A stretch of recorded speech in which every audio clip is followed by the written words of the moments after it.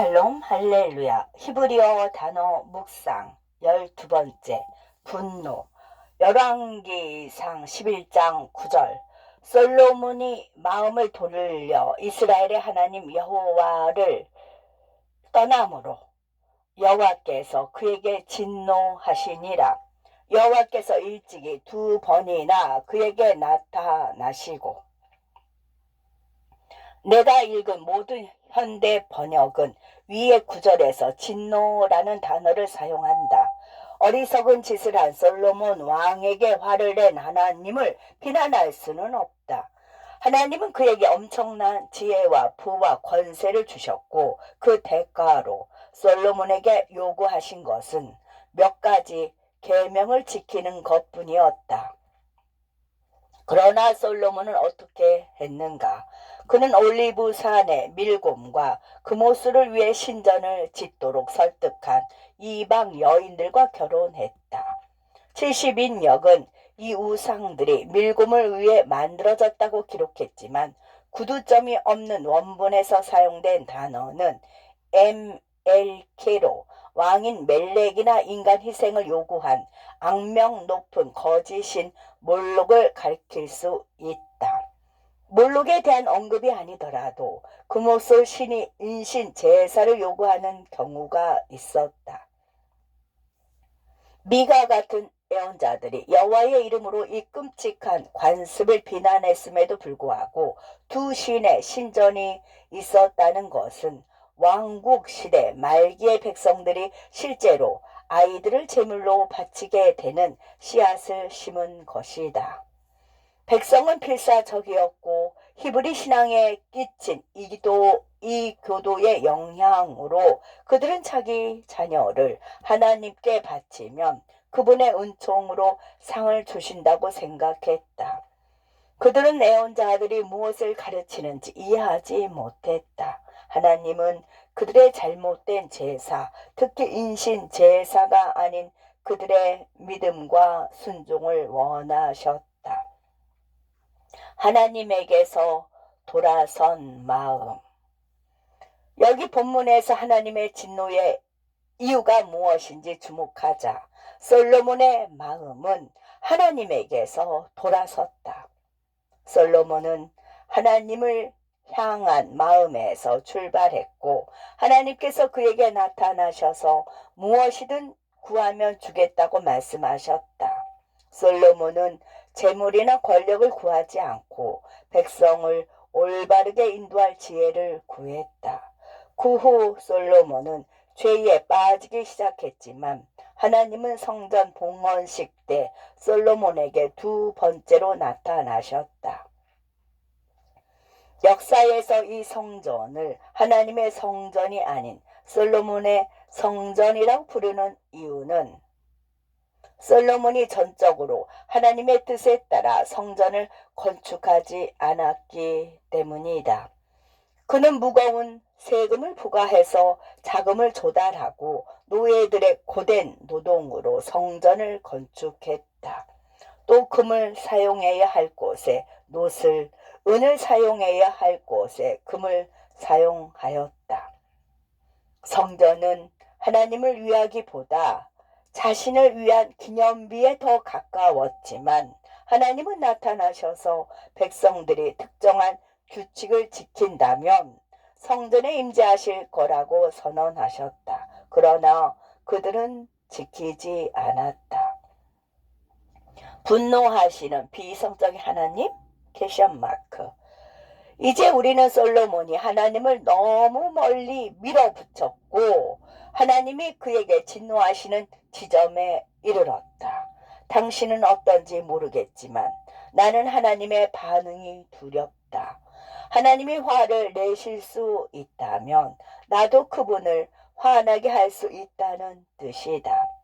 나는 목회자와 교사로 수년 동안 목회를 했기 때문에 결코 의도하지 않았음에도 불구하고 때때로 사람들은 화나게 하는 말과 행동을 한다는 것을 알고 있다. 나는 하나님께서 마침내 불과 유황으로 응답하시기 전에 우리가 하나님을 어디까지 밀어붙일 수 있는지 궁금하다. 출애굽기 32장 7절에서 14절에서 백성이 금송아지를 숭배했기 때문에 하나님께서 진노하셨고 모세에게 백성을 멸하고 그로부터 큰 나라를 만들어 다시 시작하겠다고 선언하셨다. 모세는 싸움에 뛰어들어 하나님을 진정시키며 하나님 화가 나셨군요. 하나님께서는 지금 무슨 말씀을 하고 계신지 모릅니다. 여기 앉아서 긴장을 풀고 베이글 한 조각을 드시면서 하시려는 일에 대해 생각해 보세요. 이집트는 뭐라고 말할까요? 세상은 뭐라고 할까요? 하나님은 마침내 마음을 식히고 모세야, 네 말이 옳다. 내게 무슨 일이 일어났는지 모르겠다. 나는 그들을 파괴하지 않을 것이다. 적어도 영어 번역에서는 이렇게 들린다. 이 구절을 영어로 읽을 때 당신은 자신의 백성이 다른 신에게 경의를 표한다는 이유로 화를 내는 비이성적인 하나님의 모습을 떠올릴 수밖에 없다. 주님의 마음이 깨어졌다.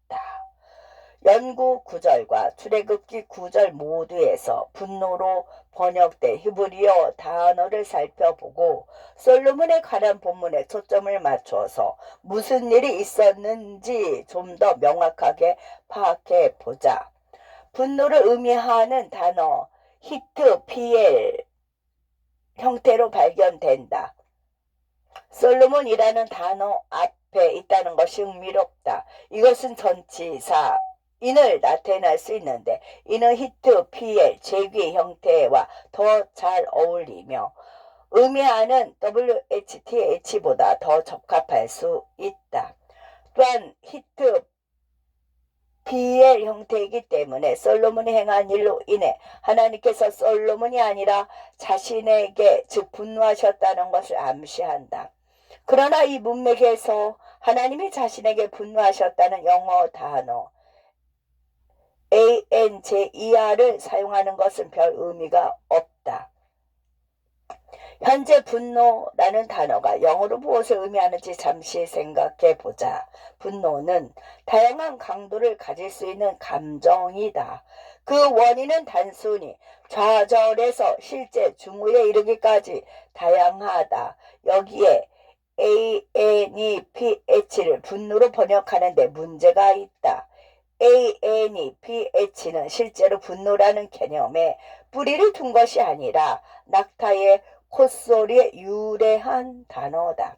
낙타는 좌절하거나 화가 나면 코를 끙끙거린다. 베두인족은 낙타가 콧소리를 내면 자신을 미워하거나 해를 입히는 것이 아니라 좌절의 표현으로 이해한다. 이러한 좌절의 원인은 무엇인가? 무력감이다. 낙타는 최선을 다했지만 달성할 수 없는 일을 하도록 누군가가 압박하기 때문이다. 이것이 ANEPH의 적절한 사용이며 특히 히트, 파열 형태로 사용될 때 더욱 그렇다. 그러나 좌절이라는 단어조차 ANEPH의 진정한 본질에는 미치지 못한다. 아내는 남편을 얼마나 사랑하는지 보여주기 위해 할 수 있는 모든 일을 했지만 남편이 집을 나가 다른 여자의 위로를 구하는 모습을 본 아내를 생각해 보자. 그 아내가 느끼는 감정이 ANEPH이다. 그렇다. 그녀는 분노도 느꼈지만 상처, 비탄, 좌절, 슬픔, 거부감, 심지어 두려움도 느낀다. 아내가 남편을 진심으로 사랑한다면 남편이 다치지 않기를 원하겠지만 남편의 외도가 남편 자신과 자녀들에게 어떤 영향을 미칠지 두려워할 것이다. 따라서 영어 단어 분노는 종종 누군가에게 해를 끼치기를 바라는 생각을 담고 있다는 점을 고려할 때 이 구절에서 분노를 사용하는 것은 부적절하다고 본다. 하나님은 솔로몬을 사랑하셨고 그에게 2번이나 나타나셨기 때문에 솔로몬에게 해를 끼칠 의도가 없으셨다.